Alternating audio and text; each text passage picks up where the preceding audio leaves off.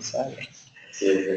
Hola, muy buenos días a todos. Antes que nada, quisiéramos saber si nos están escuchando, si nos pueden poner en la sección del chat o de preguntas si todo está correcto, si nos pueden ver, escuchar, si están viendo nuestra pantalla correctamente antes de iniciar.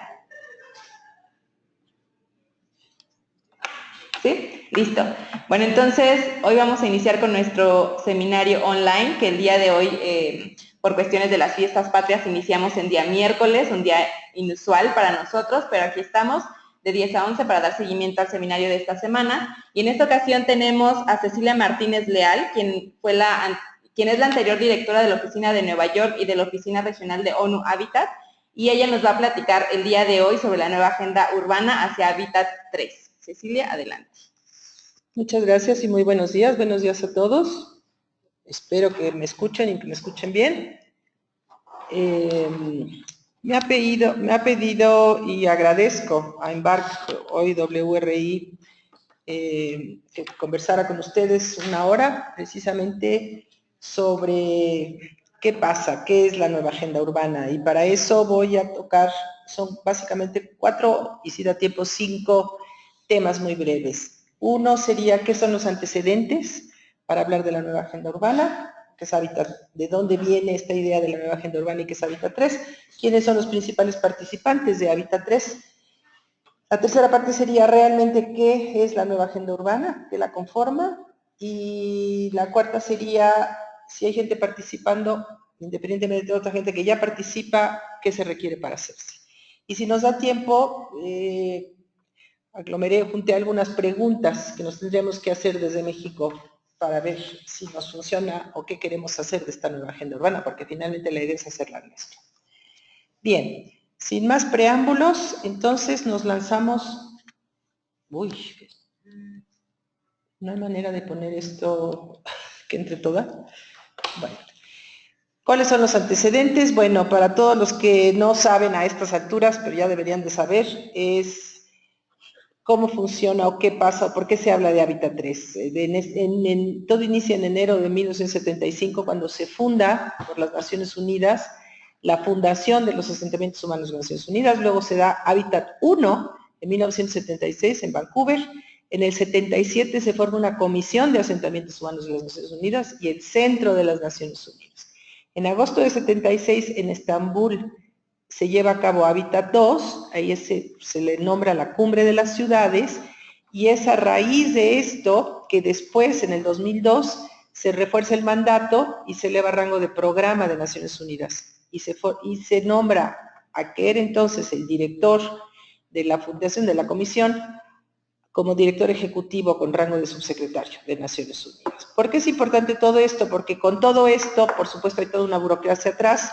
Por primera vez se va definiendo y se da como parte de las actividades que tiene que hacer la Agencia Hábitat de Naciones Unidas, el que defina y genere un foro urbano mundial cada 2 años, y cuando no hay foro urbano mundial, una conferencia de Naciones Unidas donde se revisa precisamente su mandato. Creo que hay algún problema con... está bien. Ok. ¿Cuál es la diferencia de estos foros urbanos mundiales, que a lo mejor muchos han participado, conocen y saben, con este Hábitat 3? Hábitat 3, la gran diferencia es que es básicamente una conferencia de todas las Naciones Unidas, no solo de la agencia ONU Hábitat. Y participan no solo todas las agencias, sino ahorita vamos a ver quiénes son los principales actores dentro de esta gran temática que se está cocinando, porque todavía se está cocinando y que se va a llevar a cabo precisamente en octubre. Por un lado, hay un secretariado de lo que se llama Hábitat 3, que no es la agencia ONU Hábitat, es unas cuantas personas de la agencia y está definido para que trabaje básicamente armar y a preparar todo lo que está sucediendo ya desde hace 2 años, 3 años y lo que va a suceder en octubre. Y para eso además se forma un buró de Estados miembros, que son 10 países, para definir y ayudar a todo lo que son las negociaciones y las sesiones plenarias. Estos países son Chad, Chile, República Checa, Ecuador, Francia, Alemania, Indonesia, Senegal, Eslovaquia y Emiratos Árabes Unidos. Básicamente, remarco, Francia es la presidenta de este buró, la presidencia la tiene Francia, y Ecuador es el país que va a ser anfitrión precisamente el día. Hay otros Estados miembros importantes, Indonesia, Suecia, Singapur, Canadá, Israel, Nigeria, Sudáfrica, España y México, entre otros. Básicamente, ¿por qué? Porque son los que han estado ayudando no solo al buró, sino que han estado desarrollando lo que se llaman en inglés, porque hay una jerga bastante especial que se maneja en Naciones Unidas y en estas conferencias internacionales, PrepCom, que son conferencias preparatorias o comités preparatorios, y estos países han llevado a cabo precisamente parte de estas conferencias. México, de hecho, ha estado bastante activo en ese sentido, porque es el principal país de América Latina que está ayudando con estas conferencias preparatorias. Llevó una a nivel regional de toda América Latina y otra a nivel temático. Por otro lado, Canadá, bueno, como país que ya llevó a cabo el Hábitat 1, está también trabajando activamente, y lo mismo sucede con Estambul, que fueron ya parte de los anfitriones que se dieron. También se dieron reuniones preparatorias en ciudades. Las ciudades están participando activamente: Barcelona, Guadalajara, Johannesburgo, la Ciudad de México, Montreal, Tel Aviv y Estambul. Y Estambul además tiene otro papel activo, muy activo, porque el alcalde de Estambul es el presidente de la Unión Internacional de Ciudades y Gobiernos Locales, y además, como les dije, fue anfitrión de Hábitat 2 y Vancouver como anfitrión de Hábitat 1, y además en este momento en Vancouver se está llevando una conferencia muy importante sobre espacios públicos y peatones, bicicletas y espacio público. Por otro lado, además de todos los países y todas las ciudades, es muy importante y participan muy activamente todas las agencias, los programas y los fondos de Naciones Unidas. Inclusive estos son muy importantes porque hay cruzamiento de parte de las acciones que tienen que desarrollar algunas de estas agencias. Por ejemplo, el Programa de Naciones Unidas para el Medio Ambiente, que lleva todo lo del clima y COP21, siempre ha sido parte importante de los trabajos y lo que lleva a cabo Hábitat, porque Hábitat lleva toda la parte urbana y PENUMA lleva toda la parte medioambiental, e inclusive ha habido choques frecuentemente en cuanto a lo que está sucediendo, y es muy fácil, y ha sido muy fácil para el PENUMA echarle la culpa a las ciudades de lo que está pasando en el mundo en cuanto a las contaminaciones y lo que se da. Sin embargo, no se dan cuenta que la concentración de personas ha ayudado a que el planeta en otros lados pueda respirar. Así que habría que buscar este balance y cómo darlo. También el Programa de Naciones Unidas para el Desarrollo está muy involucrado, porque ciertamente también está más que interesado en los programas de desarrollo en general. Y hoy se sabe que si el desarrollo de las ciudades es correcto, el desarrollo de los países será correcto. De otra manera no va a funcionar, porque es donde está la mayor cantidad de población en el mundo. Entonces está íntimamente relacionado. Lo mismo sucede con una situación y una problemática que estamos viendo día a día en los periódicos, la Organización Internacional de Migración, y sabemos que la migración, sobre todo, está sucediendo actualmente en Europa, en Estados Unidos, es un tema fundamental, y que si no lo vemos también desde la perspectiva de las ciudades y lo unimos en lo que están trabajando las dos agencias, difícilmente se va a poder llegar realmente a acuerdos internacionales. Y lo mismo sucede con el Fondo de Población. El movimiento de población que se ha dado, sobre todo en los últimos años, como lo vio Hábitat en su momento y lo dijo, cuando se volvió la población del mundo, población urbana y ya no población rural. Entonces esto también es importante, y por esto todo este cruzamiento. Sin embargo, todas las agencias, todos los programas y todos los fondos de Naciones Unidas, que son decenas, participan. Por otro lado están los grupos de organizaciones no gubernamentales, las sociedades civiles, están las fundaciones, las instituciones multilaterales, las compañías privadas, en fin, es toda una orquesta de actores y participantes que es importante conocer. Parece que estoy sonando como a la revista Quién, pero que entenderán por qué es importante que los conozcamos, porque son las gentes que han venido a ayudar o han estado ayudando y siguen ayudando en este momento, precisamente a conformar la nueva agenda urbana. Esto es algo que se ha venido conformando en estos últimos años. Les doy un ejemplo. La Comisión Huayru, que es una comisión que ve por los derechos de las mujeres, Hábitat para la Humanidad, HIC, la Coalición Internacional Hábitat. Ahora hay una cosa nueva que se llama la Asamblea General de Socios, que está justamente formándose en este momento, que son parlamentarios y abogados por los temas urbanos.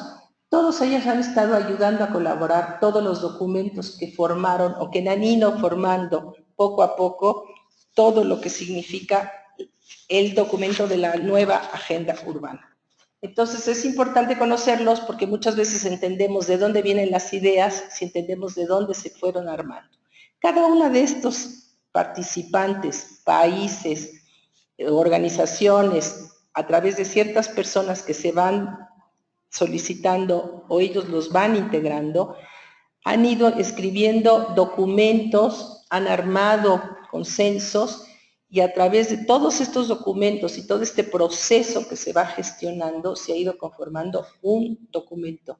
Este documento es el que va a llegar a Quito y es en Quito, precisamente en las fechas de octubre, ahora mencionamos las fechas, junto con y no he mencionado que son fundamentales, los gobiernos locales y ciudades unidas, los gobiernos locales para la sustentabilidad, otra organización que se llama ICLEI, que también es de gobiernos locales, hay una que ni siquiera conozco ahora, la gente que está ahí, la NRG 4SD, en fin, todas estas están contribuyendo y esta que les digo que se está formando en este momento, en esta semana, que es el Parlamento Global de Alcaldes, que está tratando de dar un giro mundial a que los estados-nación tengan menos fuerza y se vaya dando más fuerza al tema de los temas locales y las ciudades, que son realmente quien está más cercano a la gente, en donde se están resolviendo los problemas del mundo y en donde se están gestando los problemas del mundo, en las ciudades, en lo urbano. Y esta coalición Comunitas está realmente gestionándose en esta semana en La Haya para precisamente tomar mucho más fuerza desde esta participación urbana. Entonces, todo esto, como les digo, es importante. También las universidades, no voy a irme, lo ven directamente en la pantalla, pero desde la famosa Lincoln Institute, la Universidad de Pensilvania, una universidad en Costa de Marfil, varias universidades en Estados Unidos, hay un Colegio Nacional de Jurisprudencia Urbanística que está participando también, otra universidad en Brasil, en fin. Todos estos de alguna manera han participado, ya sea en los comités preparatorios, ya sea elaborando los documentos que se hicieron. Primero se elaboraron 10, 12 temas. De esos 10, 12 temas se abrió a 22 temas y los 22 temas se armó cada uno y cada una de estas cosas las pueden bajar del internet directamente. Los 22 temas se fueron integrando hasta hacer finalmente un primer documento preparatorio, se hizo una revisión y en junio salió el último, que es en el que yo me estoy basando ahora para comentarles. No quiere decir que ya esté listo, vuelvo a insistir, el documento preparatorio precisamente se hace una última revisión en sitio en Quito en octubre, que es cuando realmente se llega a definir el último y es cuando se entrega a todos los Estados miembros de las Naciones Unidas. Por último, ya ni me detengo en las fundaciones e instituciones multilaterales que todo el mundo conoce. La Fundación Ford ha participado muy activamente. De hecho, las oficinas de Hábitat 3 están en la Fundación Ford de Nueva York. La Fundación Rockefeller, que tiene muchos programas. La Fundación Axon Johnson, con la que yo personalmente trabajé y he trabajado mucho en el espacio público. Otra fundación de Suecia, que han estado también apoyando. La Fundación Avin en Brasil. El Consejo Mundial de Negocios, la Cámara Nacional de Comercio, etcétera, etcétera. Y siguen ampliándose y abriéndose todas estas instituciones. Son un montón, son importantes conocerlas porque si uno muchas veces quiere cabildear un tema, tiene que saber quiénes han estado trabajando ahí, cómo acercarnos a través de estas participantes, si no es que a través de los Estados miembros. Pero a través de los Estados miembros es más fácil hacerlo dentro de nuestro propio país. Si no lo queremos hacer y lo queremos hacer de manera internacional, tiene que ser a través de todas estas organizaciones, instituciones, agencias, etcétera, etcétera, etcétera. Así que es importante saber quién es quién. Bien, ¿qué es la nueva agenda urbana? Entonces, empecemos por ahí. Como les digo, todo el mundo se imagina, y es verdad, porque es tan importante, porque primero es un documento, y este documento, insisto, va a ser aprobado durante la Conferencia de Naciones Unidas y se llama Sobre Vivienda y Desarrollo Urbano Sustentable. Eso es Hábitat 3, y es del 17 al 20 de octubre, y va a suceder en Quito, Ecuador. Bien. Esta agenda, en teoría, lo que está buscando, así en gran objetivo, es desatar el potencial de las ciudades y los asentamientos humanos en el mundo. ¿Para qué? Básicamente lleva el mensaje que Naciones Unidas siempre ha tratado de apoyar y que es parte de lo que le corresponde hacer a todos los Estados miembros. Cuando hablamos de Naciones Unidas no estamos hablando del secretario general, ese es un achichincle que hace que los Estados miembros dicen. Son los Estados miembros los que toman la decisión. Y los Estados miembros, tanto de manera individual como en grupos. Hay coaliciones de grupos que son muy importantes porque muchas veces actúan en grupo. Independientemente de que un país no esté tan de acuerdo, va con todo el grupo. Y uno de los grandes grupos que generalmente impacta mucho en las Naciones Unidas es lo que llamamos el G77 más China. Ahí están involucrados una gran cantidad de países de América Latina. México no está, se salió, pertenecía, ya no pertenece. Luego está todos los miembros de la Unión Europea, están algunos países asiáticos, y luego hay países que son muy fuertes, que se manejan independientes. México es un país independiente, no está en el G77, pero son estos grupos los que muchas veces mueven la política de Naciones Unidas en general, y hay que saber también cómo se cabildea y por dónde se cabildea. Eso es dentro de Naciones Unidas. Ahora, ¿cuál es el gran mandato de las Naciones Unidas? Porque bajo este paraguas tiene que haber siempre la visión de las agencias y de todo lo que se genera dentro de las grandes conferencias de Naciones Unidas. Obviamente la gran preocupación es erradicar la pobreza urbana en todas sus formas y dimensiones, reducir las desigualdades, promover el crecimiento inclusivo y alcanzar el desarrollo sustentable. Entonces, no perdamos de vista que estos son los grandes objetivos. Se dice rapidito y fácil, llevamos años y años y años, y las Naciones Unidas ya años con los países miembros tratando de buscar programas, conferencias, todo tipo de acciones, precisamente en estos grandes objetivos. Ahora bien, justamente para eso entonces entremos directamente a la declaración, porque esto es lo que nos va a llevar a la nueva agenda urbana. Entonces, nos vamos a basar en este momento en el documento, que es todavía el documento, digamos, a medias, porque no es el definitivo todavía acaba de revisarse y de corregirse en Quito, vuelvo a insistir. Pero, ¿qué sucede? Este es un documento público, está en el internet, no hay ningún problema de revisarlo, de verlo, de comentarlo, lo pueden comentar entre amigos, entre oficina, entre instituciones, entre país, y de eso se trata y para eso está. Y es público para que la gente lo conozca y sepa de qué se trata. ¿De qué se conforma? Por un lado hay antecedentes, una visión y unos principios, y después tiene tres grandes apartados: los compromisos transformadores para el desarrollo sustentable, la implementación efectiva y el seguimiento y revisión. Bien, entremos a los antecedentes. Los antecedentes, antes de irnos a la primera parte, los antecedentes son, por un lado, que suena una burocracia horrible, pero que es fundamental. Los antecedentes tienen, y lo habla el documento, la integralidad de cómo toma todos esos compromisos que las Naciones Unidas, que los países miembros ya han adoptado en reuniones anteriores. ¿De qué estamos hablando? De la Agenda 2030 de Desarrollo Sustentable, de las metas de desarrollo sustentable que ya también fueron aceptadas por los países miembros, dentro de los cuales está la meta 11, que es la que le corresponde a las ciudades. Está la Agenda de Acción de Addis Abeba para financiar el desarrollo. Está el Acuerdo de París del Cambio Climático, la Agenda 21 también tiene que estar reflejada en este documento. Está el Marco Sendai, que es para reducir desastres, que se va a llevar a cabo del 2015 al 2030. Está el Camino de Samoa para las pequeñas islas que están siendo erradicadas del planeta por el agua y los mares, Está el programa de acción de Estambul para los países menos desarrollados que se está llevando a cabo de 2011 a 2020. Está el programa de acción de Viena del 2014 a 2024. O sea, todos estos son documentos y son ya declaraciones y compromisos de los países miembros que tienen que ser de alguna manera revisados y adaptados y considerados en nuestro propio documento y nuestra propia agenda urbana mundial, porque tiene que integrarse con lo que ya está sucediendo en el mundo y con lo que ya están tratando de avanzar. Entonces, tiene que haber una conexión de todo esto, insisto, la meta 11 de los objetivos sustentables es una cuestión importantísima. ¿Qué habla en general de las ciudades todo esto? ¿Qué es la visión? La visión es crear ciudades justas, inclusivas, accesibles y sustentables. Ese es el gran objetivo que parte del anterior de las Naciones Unidas y que va a ir definiendo los principios además de lo que es nuestra nueva agenda urbana que le llamamos. Bien. ¿Qué sucede entonces?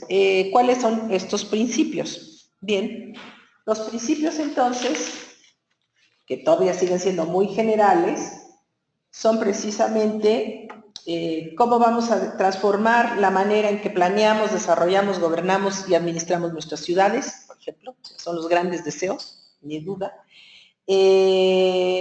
Desarrollar y movernos hacia una planeación sustentable que tenga como centro principal a la gente, buscar qué estrategias de urbanización pueden generarse y cómo se pueden implementar políticas, marcos legales, estrategias, acciones a todos los niveles, o sea, no solo nacionales, sino que estén implementados con las localidades y las ciudades, buscando, por supuesto, sistemas de ciudades, fortaleciendo los principios de legislación urbana,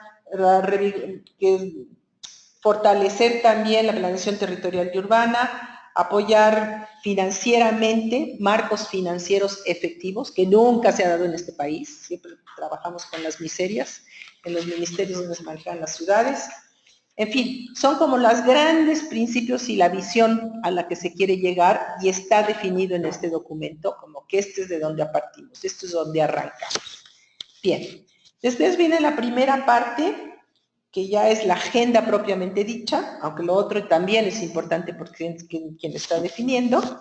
Y en ese sentido, tenemos la primera parte que es todo lo que son compromisos, donde se pretende que con estos compromisos se pueda transformar el desarrollo urbano sustentable.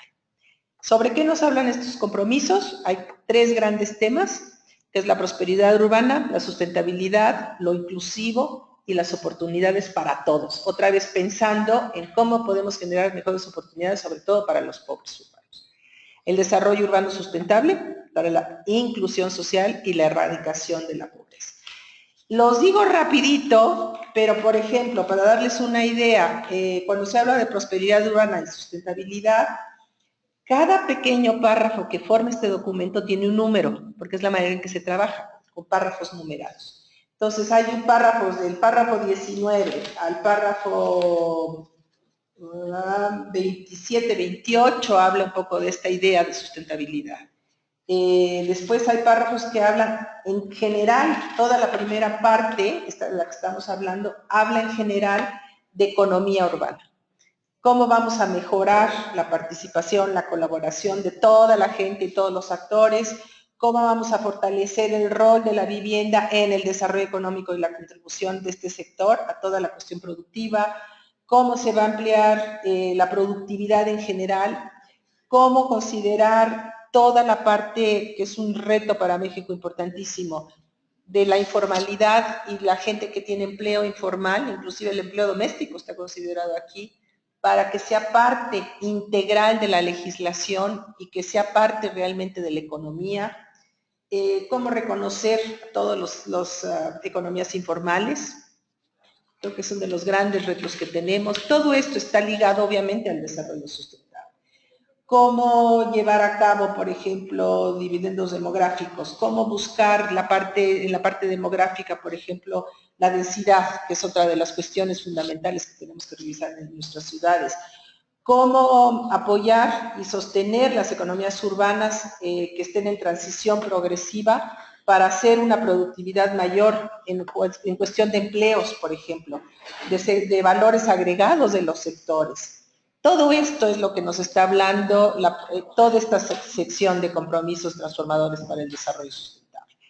Toda la parte medioambiental y también, bueno, la segunda parte del desarrollo sustentable para la inclusión social y la pobreza habla de todo lo que es la gobernabilidad en el sentido de cómo llevar a cabo una promoción efectiva, por ejemplo, de equidad, que asegure que nadie se queda fuera, cómo vamos a apoyar los servicios y la coordinación de los gobiernos locales para generar nuevas inversiones en las comunidades y en los lugares que afecten positivamente todas las crisis humanitarias, cómo vamos a promover que las políticas nacionales estén ligadas y trabajen en acuerdo con las políticas locales, que son todos los problemas que se tienen hoy en día. En fin, son también cerca de 20 apartados que están considerados en el desarrollo urbano sustentable y la inclusión social. Luego tenemos toda la cuestión que está muy ligado al COP21, todo lo que es el desarrollo urbano medioambiental sólido y resiliente.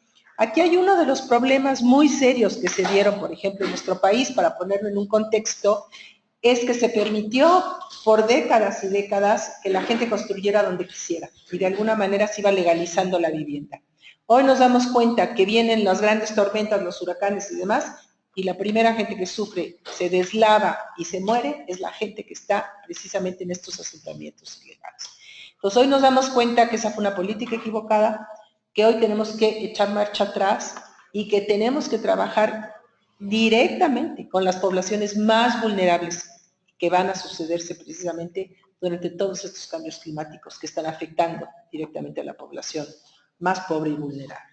Entonces, se reconoce por un lado todo lo que ya viene en el COP21, por supuesto, tiene que aceptarse, tiene que adaptarse y empezar a desarrollarse, que se hace en este documento, precisamente cómo reconocer todos los centros urbanos que han tenido características que hacen ya, que reconocen toda la agenda, digamos, del cambio climático, todos los eventos de inundaciones, de tormentas, lo que decíamos, lo que está cubriendo a las islas donde se está desapareciendo, islas completas ya, cómo se va a crear, por ejemplo, la conexión entre redes de distribución en lugares de espacios públicos que sean verdes, zonas de resiliencia, cómo vamos a trabajar con las comunidades para que puedan movilizarse en momentos de crisis, cómo se van a planear los procesos, cómo es la planeación urbana que incorpora todos los recursos de agua, cómo administramos hoy en día el agua, el suelo, volvemos a lo mismo. Toda la resiliencia urbana está considerada en estos apartados y que creo que es una cuestión fundamental y que ciertamente se tiene que llegar no solo a medir los impactos, sino a empezar a resolver parte de estas situaciones y a evitar que la población sufra en cada uno de los momentos que se dé nuevos factores o nuevas circunstancias medioambientales con el clima, con la parte climática. Por supuesto se integra, volvemos a lo mismo, el plan que se tiene de reducción de desastres que ya está hecho y aceptado y aprobado por los Estados miembros, que es del 2015 al 2030. Cuando doy estas fechas, además, es importante mencionar que se están dando así porque en el 2030 los países tienen que demostrar resultados. O sea, si hay un compromiso, en teoría, tendrían que demostrar qué resultados han hecho del compromiso que adquirieron en el 2015. Entonces, por eso se enmarcan muchas veces fechas específicas. Bien, la segunda parte es lo que llamamos la implementación efectiva. En ese sentido, se construye precisamente cómo armar toda la agenda de gobernanza urbana, cómo se establecen los marcos de apoyo, cómo vamos a trabajar con la participación ciudadana. Yo creo que es uno de los grandes temas. Por cierto, hago un paréntesis, ayer a las 6 de la tarde, así que no la he leído, me llegó la nueva ley de asentamientos urbanos que al fin salió después de años y años y años en el tintero, estoy muy contenta, No sé cómo viene. Uno de los elementos precisamente que tendríamos que revisar es cómo se define nuevamente la participación ciudadana, porque la participación ciudadana en la ley anterior era una embarradita de que les mostrábamos los planes, podían comentar y muchísimas gracias, hasta ahí llegábamos. Si realmente se va a llegar a una estructura de gobernanza integral en el sentido de que no solo la gente participe comentando, sino que la gente pueda participar definiendo junto con el Estado, junto con los gobiernos locales, lo que le corresponde en sus propias áreas de incumbencia. Entonces creo que va a ser muy interesante revisar en estos días por parte de los ciudadanos como nosotros, muchos de ustedes ya estarán integrados o ya habrán participado de esta ley. Para los que no la conocemos tendremos que revisarla, leerla detenidamente y ver realmente todas las novedades que se nos están dando, y gobernanza y participación ciudadana me parece que son dos temas fundamentales que habrá que revisar cuál es la nueva aportación que se va. Por supuesto que en esto viene todo este marco legal que tiene que establecerse, no puede dejarse de un lado. Hay que reforzar todo lo que se llama, en inglés se llama the rule of law, que es algo que a veces se nos queda corto en nuestro país, que es no solo hay que definir una ley, que ya quedó definida, gracias a Dios, pero que con esta ley hay que irle poniendo todas las articulaciones que tienen que llegar a fondo. ¿Qué son las normatividades? ¿Cómo se dan los reglamentos? ¿Cómo se afianza la ley en el día a día? Y eso es lo que a veces se nos queda corto. Y creo que eso sería muy importante, tratar de incidir como instituciones, como oficinas que están trabajando en estos temas, poder llevar a cabo que esta ley ya tenga dientes, como se dice vulgarmente, y que realmente se vaya afianzando dentro de las grandes y las pequeñas administraciones urbanas que se dan en nuestro país. Por lo mismo, entonces, esta parte de implementación toca toda la parte de planeación y administración del desarrollo urbano espacial, que es muy importante, desde cómo revisar la planeación, y no solo la administración, implementar una planeación territorial incluyente, cómo vemos las ciudades, regiones y las áreas metropolitanas. Sé que la ley tiene un gran apartado sobre áreas metropolitanas que me parece fundamental. ¿Cómo vamos a implementar y a planear las extensiones urbanas? Creo que uno de los grandes retos que tenemos hoy, que generó afortunada y desafortunadamente la vivienda y la política de vivienda en nuestro país, fue que generó grandes desarrollos de vivienda fuera de las ciudades, fuera de las áreas urbanas, y hoy las tenemos ahí sin saber si las vamos a integrar, si las vamos a cortar, si va a haber una vía que las integre, si hay una vialidad adecuada, si hay transporte, si tiene servicios, y si las integramos, cómo va a impactar el crecimiento de nuestras ciudades. Es fundamental, en el caso de México, que revisemos esos temas a la luz de esta nueva agenda urbana. Y eso es precisamente parte de lo que dice el documento en términos generales. No puede hablar de lugares específicos o de ciudades específicas, pero justamente dice que tenemos que planear en la implementación de las extensiones urbanas, de los rellenos, de las regeneraciones, de dónde vamos a hacer mejoras, en dónde vamos a armar redensificaciones apropiadas, dónde vamos a incluir asentamientos irregulares, dónde vamos a asegurar que estos se integren y que realmente participen, dónde vamos a decir que no, porque están en peligro de muerte, precisamente al momento de riesgos climáticos.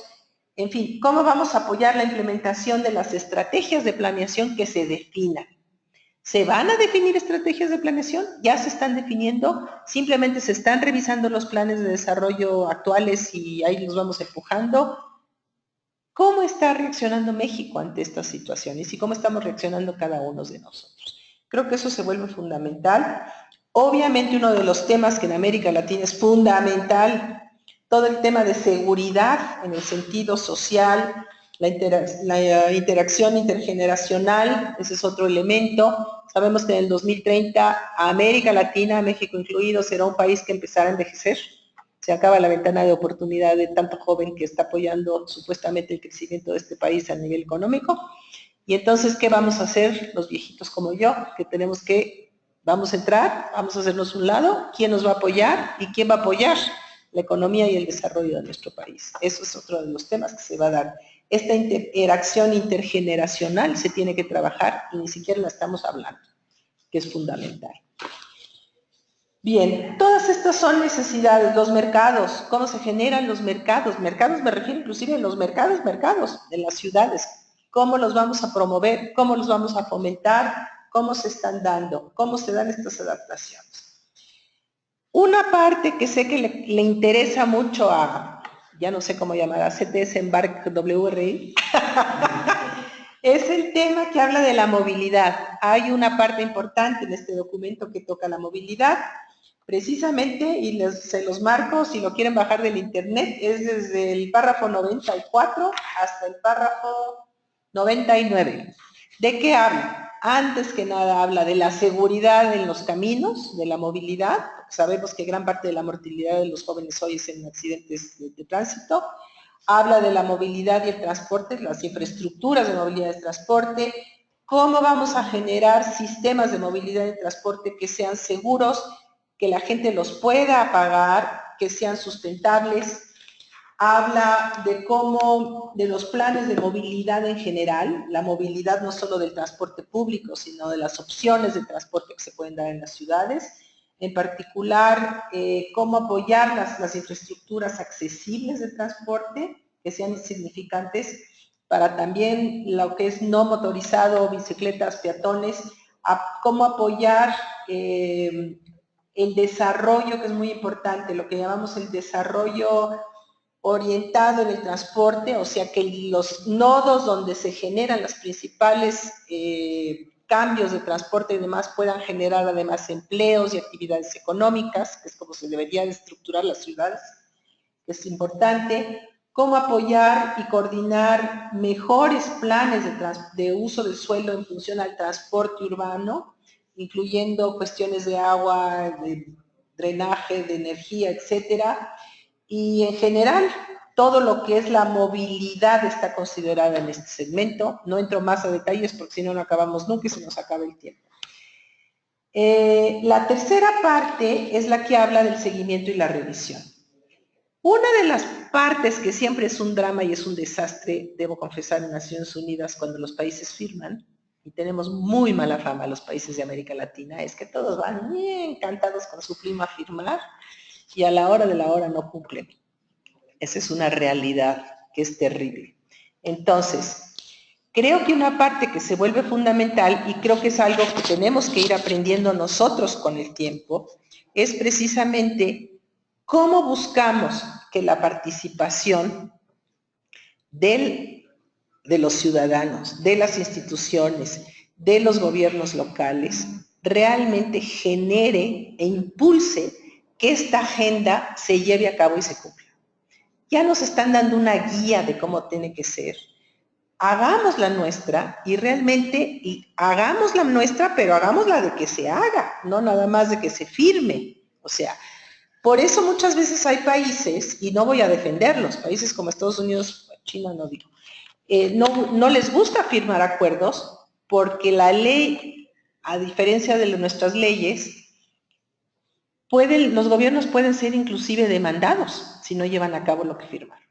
Un ciudadano puede llegar y decir, ustedes firmaron este acuerdo, ustedes se comprometieron a mejorar las condiciones de movilidad de las ciudades y no estamos viendo ese cambio. Y viene una demanda, o sea, son demandas terribles que pueden darse hoy en día. No sé si se oyeron, hago un paréntesis, una chica de 12 años que demandó a Facebook, lo cual me encantó. Dije, bien, me parece muy bien, porque es otro tipo, no es la ley romana, es otro tipo de ley que es más fácil y accesible que el ciudadano pueda llegar. Pero creo que son cuestiones que debemos empezar a pensar seriamente, porque no se vale venir, estar, actuar, firmar y hacer el numerito y el circo, y luego nos olvidamos y nos vamos.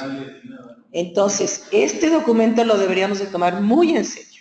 Si dice busquemos un marco legal, busquemos un marco financiero para mejorar las condiciones de las ciudades, busquemos el acercamiento con las ciudades locales y los gobiernos locales con los gobiernos, y vamos a buscar el seguimiento y la revisión, hagámoslo serio. ¿Por qué es importante entonces? Porque en esta tercera parte justamente nos dice cómo implementar la agenda, o nos ayuda de alguna manera a implementar, que lo sabemos, la teoría la sabemos, cuáles son los marcos legales que necesitamos, cuál es el marco financiero que se debe dar, cómo impulsarlo para que se integre al desarrollo en términos generales del país, ¿no? ¿Cómo hacemos esto? Sabemos perfectamente, inclusive, que las ciudades hoy son el desarrollo económico de cada país. Si una ciudad no se desarrolla y no tiene desarrollo económico, el país no tiene desarrollo económico. Ya no hay vuelta para atrás. También nos dice, lo dice el documento, cómo integramos lo urbano con lo rural, porque el rural se está quedando cada vez más rezagado y cada día es más pobre. ¿Cómo logramos integrar esta parte regional? Y los gobiernos locales, cómo deben buscar mecanismos e instrumentos para hacer que esto realmente sea algo hecho, no nada más de buena fe y con buenas intenciones. Por otro lado, los últimos capítulos, que creo que son como 5, lo último, precisamente lo que hace es habla de qué le corresponde hacer a la agencia de ONU Habitat en general en estos próximos 20 años. Precisamente le dice por dónde se deben caminar, cómo debe hacer para apoyar a los países que quieran ayuda para llevar a cabo esta agenda urbana, cómo armar precisamente qué le corresponde, cómo le corresponde revisar, y se pone la fecha precisamente que en 20 años se tenga que hacer una revisión a los 10 años, o sea, estaremos hablando de una revisión de la Agenda Urbana Mundial en el 2026, y en el 2036 se está hablando ya de que se tendría que hacer la revisión de qué se hace cada 20 años, de hacia dónde fuimos, cómo se generó, qué se está dando en el mundo y qué tenemos que hacer para actuar en consecuencia. Entonces, todo esto es importante porque finalmente el documento, insisto, puede ser de buenas intenciones, lo firmamos y nos vamos y nos olvidamos, pero dependerá de nosotros que esto se haga y se haga válido. Ahora bien, mucha gente dice, ¿cómo participo? Bueno, requiere de mucho tiempo, dinero y esfuerzo. ¿Qué sucede? Igual se los digo, hay que entender a fondo cuál es la relevancia de la nueva agenda urbana, inclusive dentro del marco de lo que son las nuevas metas de desarrollo sustentable que se están dando en el mundo. Inclusive hoy tendríamos que empezar por medir porque hubo metas del milenio, ¿se acuerdan? Bueno, esas muchas no se cumplieron. De hecho, parte de América Latina que a mí me tocó revisar, en drenaje estamos fatal. ¿Qué pasó en México? Yo ya no sé en los últimos años, yo ya no lo he seguido. Por ejemplo, no se cumplieron. ¿Qué pasa con la energía? ¿Qué está pasando con el cambio climático? ¿Qué tanto firmamos y qué tan activos somos? ¿Estamos realmente haciendo algo? ¿Qué está pasando con todo lo que es la resiliencia de ciudades? Insisto, todas estas cosas son importantes. 2, requiere de mucho tiempo. Además, si no saben inglés, les aconsejo que ni se metan, porque la mayoría de los documentos están en inglés, tardan tiempo. En Quito sí hay la traducción de los idiomas oficiales de Naciones Unidas, pero muchos de estos documentos y toda esta preparación, lobbying, cabildeo, etcétera, etcétera, se lleva en inglés. Hay que informarse de todos los materiales que están saliendo. Yo inclusive les estoy dando algo un poco retrasado, porque este es el 18 de junio. Para septiembre ya debe haber comentarios, revisiones, protestas, quién está haciendo qué, y por eso la importancia de también cómo funciona el secretariado de la Asamblea General de Asociados.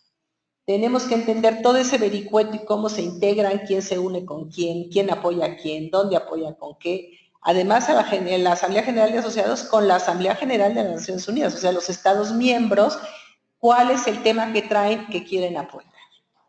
Adicionalmente, lo que va a suceder en Quito en octubre, o muchos ya llegan cabildeados, es qué compañías o qué países ricos van a apoyar a qué países pobres para que esta agenda pueda aplicarse en alguna manera. O si van a apoyar a la propia agencia de ONU Habitat para que lo lleve a cabo con estos otros países. Entonces, hay que entender el quién es quién, por eso les digo que sonaba yo como a revista, en el mundo de Habitat, porque si no entienden cómo entrar, con quién hablar y qué hacer, ni pierdan su tiempo. Por otro lado, y puse aquí pase lo que pase, mantener la calma y la compostura, porque en realidad uno puede estar refrescándose toda la familia con con decencia, dignidad y mucha diplomacia. ¿Qué sucede? Hay que entender, y por eso les decía, el lenguaje que se maneja dentro de las Naciones Unidas. Nunca generar un escándalo o alguien que pierda la calma y empiece a gritar. Eso no se estila, no se usa. Si alguien grita o empieza a pelearse, le piden que salga y queda excluido para la vida. Entonces, es muy importante, 1, entender el vocabulario. 2, entender las burocracias que vienen atrás, como todo esto que les digo de los antecedentes. 3, entender qué países, por ejemplo, Francia ha apoyado siempre las COPs y el cambio climático, es de los líderes mundiales. Entonces, yo tengo una cierta preocupación de que Francia vaya a apoyar mucho al Programa de Naciones Unidas para el Medio Ambiente y no apoye tanto al Programa Hábitat, porque le siguen echando la culpa a las ciudades, sin entender que esto tiene que ser un balance que tiene que darse. Entonces es importante que vaya a haber realmente gente que esté apoyando toda la cuestión urbana desde lo positivo, no solo desde lo negativo que se ha venido generando. Entonces, ¿se puede participar? Sí. ¿Se puede ir a Nueva York? Sí. ¿Se puede andar girando por todo el mundo, yendo de pro comité en pro comité, o ser parte del secretariado, o ser parte inclusive de nuestro propio país? O sea, porque normalmente los que asisten es un grupo de personas que define el gobierno que va a asistir, y algunas veces dentro de este grupo van integrados organizaciones no gubernamentales, instituciones, etcétera, que van acompañando a la persona que va a ser el líder de país. Pero entonces hay que empezar a trabajar. Ahora es tarde, porque hay países que han venido trabajando 3, 4, 5 años inclusive, con ONU Habitat o con los mismos temas, para poder ver qué hacemos. ¿Por qué es significativo entonces todo esto? Pues ya lo dije, lo vuelvo a decir, porque si lo hacemos realmente, este proceso de revisar esta agenda urbana global nos puede permitir revisar nuestra propia agenda urbana nacional. Yo creo que eso es lo fundamental, entender que se puede hacer esto, es un gran momento, es la definición de lo que queremos que suceda en las ciudades en los próximos 20 años, que es un buen número de años para que se puedan poner metas claras, objetivos, estrategias que se podrían definir en el tiempo, que se podrían revisar, porque además, insisto, se van a revisar en 10 años y luego en los siguientes 20. Entonces, es un gran momento. En esta vida, como siempre, hay oportunidades y hay que tomarlas si queremos que las cosas sucedan. Y yo los invito a que lo hagamos nuestro, que realmente sea lo que queremos hacer. Ahora, mi única y mi última pregunta, ya no voy a entrar a este tema, aunque tengo 5 minutos, les dejo la presentación, si ya la bajaron la pueden copiar. Yo preguntaría, porque esa es una de las cosas fundamentales, si uno va a ir a cabildear, no se trata de ir a cabildear como chachalaca, ¿sabemos qué queremos mejorar?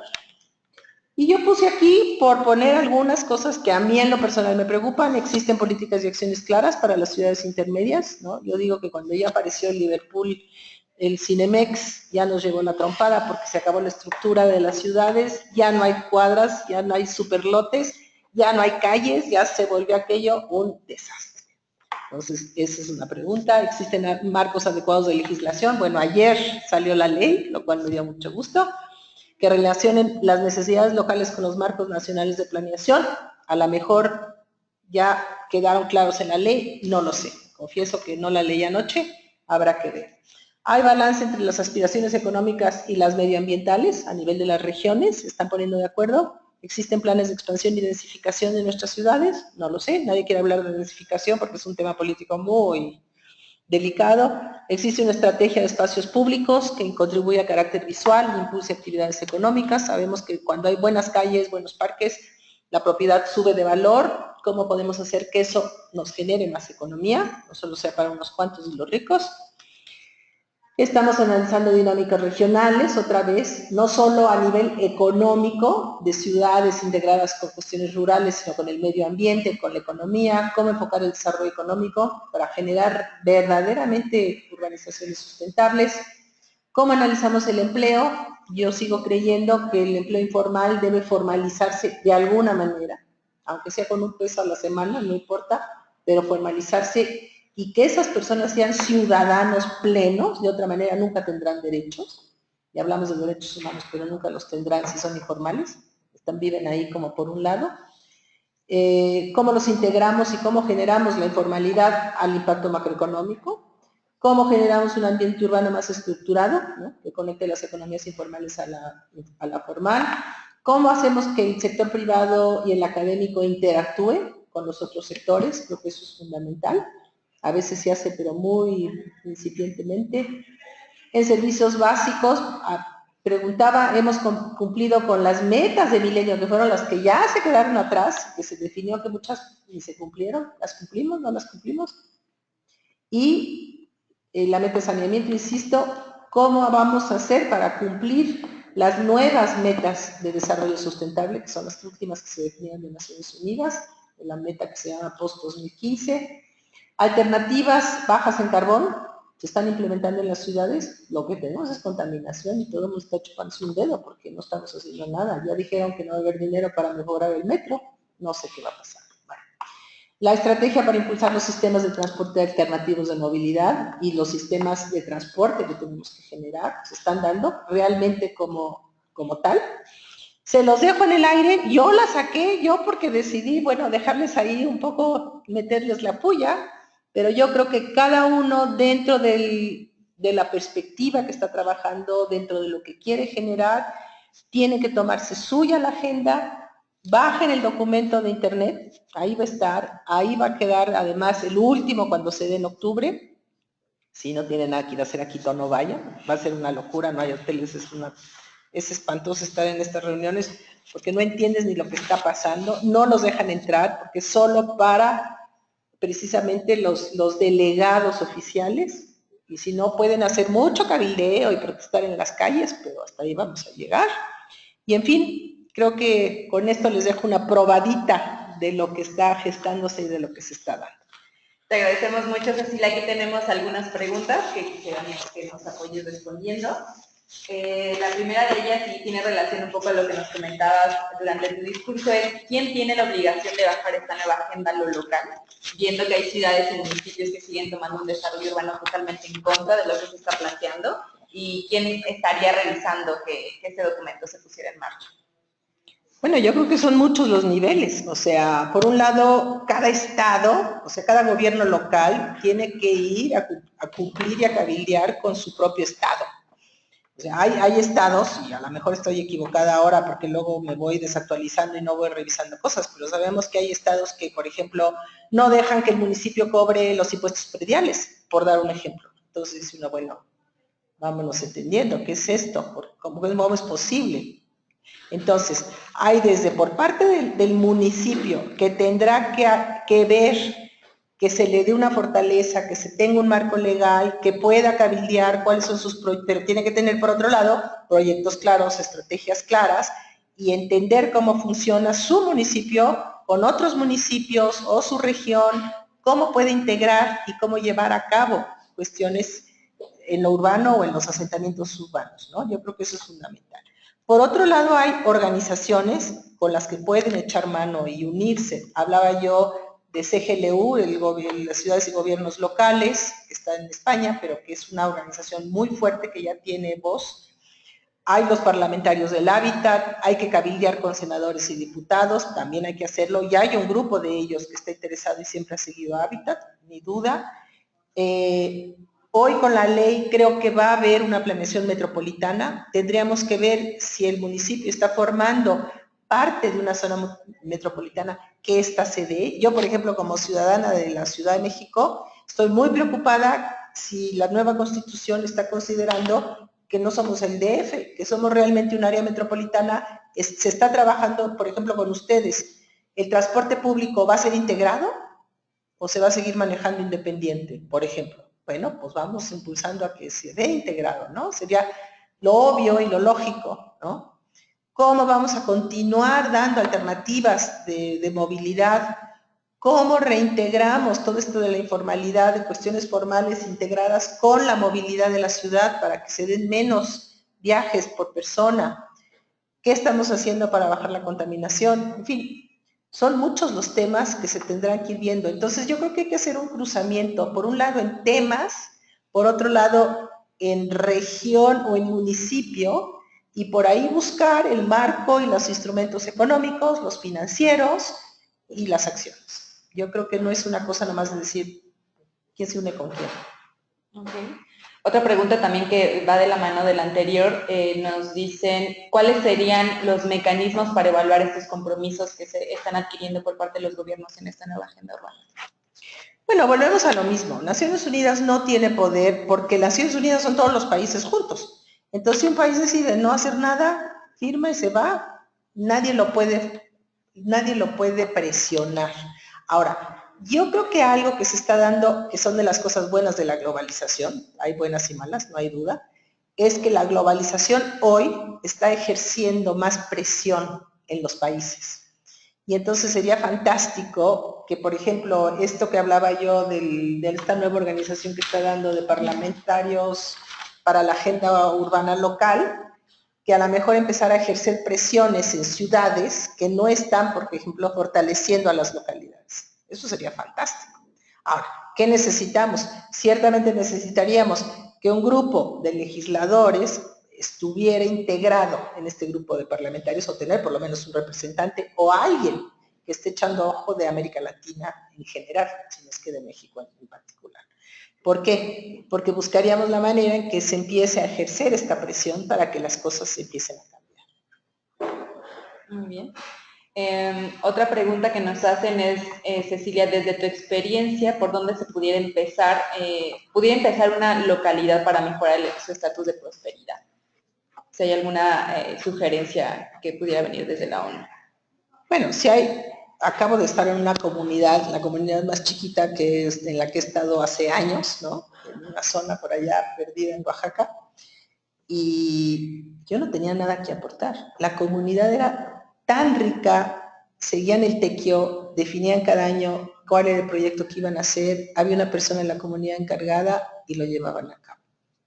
Fantástico, o sea, y esta iba a buscar al municipio, que además está lejos de donde están, les daban los recursos y llevaban a cabo su proyecto. Si las cosas funcionaran así, bueno, yo no tengo nada que decir, ¿no? Depende mucho de cuáles son, volvemos a lo mismo, por eso dejé ahí dentro de las presentaciones, una última parte que dice, ¿sabemos lo que queremos arreglar? Yo creo que empecemos por, ¿cuáles son mis problemas? Dicen el dicho que cuando conocemos los problemas que queremos saber, llevamos el 50% de la solución. Entonces, empecemos, y en ese sentido, estos antecedentes de todos estos acuerdos que ya les di que pueden bajar de internet, nos pueden dar una idea. Porque, por ejemplo, vamos a revisar la meta 11, que es la meta de ciudades del Sistema de Naciones Unidas dentro de las metas de desarrollo sustentable. Veamos qué dice, ¿no? Por ejemplo, veíamos que en vivienda, arreglar el problema de la vivienda no era tan complicado, en el sentido de que tiene que tener agua limpia, tiene que tener drenaje, tiene que tener materiales perennes, seguridad en la tenencia de la tierra. ¿Qué sucedía? Que a veces decíamos, no está todavía considerado porque le falta uno de 5 elementos. Y arreglando ese, la vivienda quedaba integrada y aceptada como adecuada. Entonces nos pasa muchas veces en las ciudades, dices, no son tantos los problemas, pero vamos viendo cuáles son.